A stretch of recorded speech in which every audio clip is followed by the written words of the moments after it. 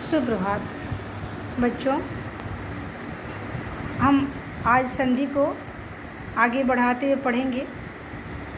संधि का शेष भाग हमने पढ़ा था कि दीर्घ संधि किसे कहते हैं। दीर्घ संधि के बारे में हमने जाना था। दीर्घ संधि स्वर संधि का भेद है और अब हम जानेंगे स्वर संधि के भेद में आगे गुण संधि के बारे में कि गुण संधि किसे कहते हैं। तो यदि अ और आ के बाद ई और ई आए तो दोनों के स्थान पर क्या बनता है? ए। क्या बनता है? ए।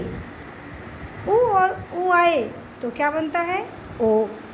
और री आने पर अर हो जाता है और यही गुण संधि कहलाता है। जैसे कैसे? अ और ई मिलके ए बनता है गज जोड़ इंद्र। गज अ और इंद्र ई तो क्या बना? ए गजेंद्र। स्व जोड़ इच्छा क्या बना? स्वेच्छा। इसी तरह अ और ई, अ और ई उमा जोड़ इश क्या बना? उमेश।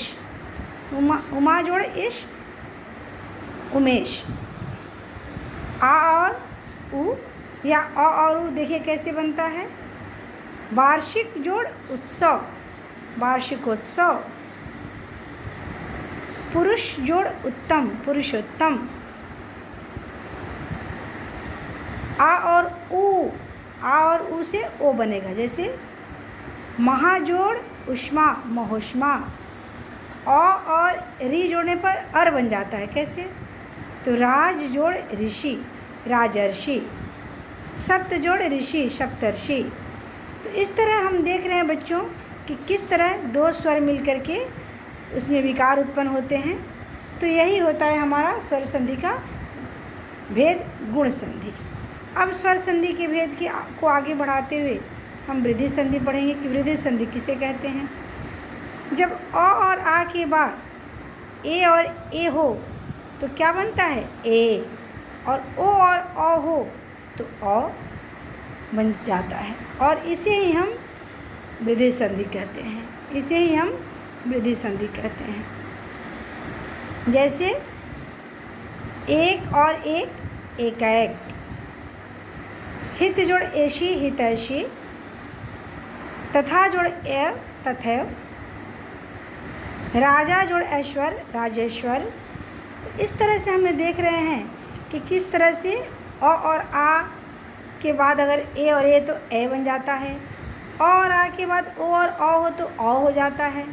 तो यही बच्चों वृद्धि संधि कहलाता है। क्या कहलाता है?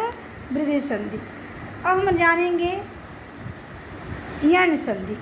यण संधि किसे कहते हैं? तो इसमें भी उसी तरह ई और ई उ और उ या री के बाद कोई भिन्न स्वर आए तो इनके मेल से ई और ई का य बन जाता है। उ और उ का व और री का र हो जाता है। जैसे अति जोड़ अधिक अत्यधिक। प्रति जोड़ उत्तर प्रत्युत्तर। और अनु जोड़ इति अन्विति। पितृ जोड़ अर्पण पितृर्पण।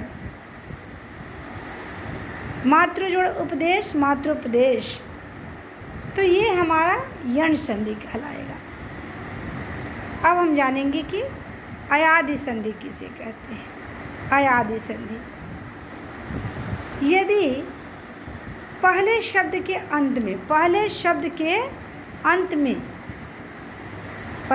अंत में ए ए ओ औ और दूसरे शब्द के आरंभ में भिन्न स्वर, कोई भी भिन्न स्वर हो तो ए हो जाता है ऐ और ए का आय, ओ का औ और औ का आओ हो जाता है। कैसे हो जाता है? जैसे शे जोड़ अन शयन। गय जोड़ अक गायक। भौ जोड़ अन भवन। पौ जोड़ अक पावक। तो इस तरह से हमने देखा कि स्वर संधि के 5 भेद होते हैं और किस तरह से स्वरों के मेल से विकार उत्पन्न होता है। और विकार उत्पन्न होकर के हम क्या बनाते हैं, एक शब्द बनाते हैं जिसका कि अर्थ होता है, सार्थक अर्थ होता है, और इस तरह से हम इसको स्वर संधि कहते हैं। अब आगे हम बच्चों व्यंजन संधि के बारे में जानेंगे कि व्यंजन संधि किसे कहते हैं। धन्यवाद।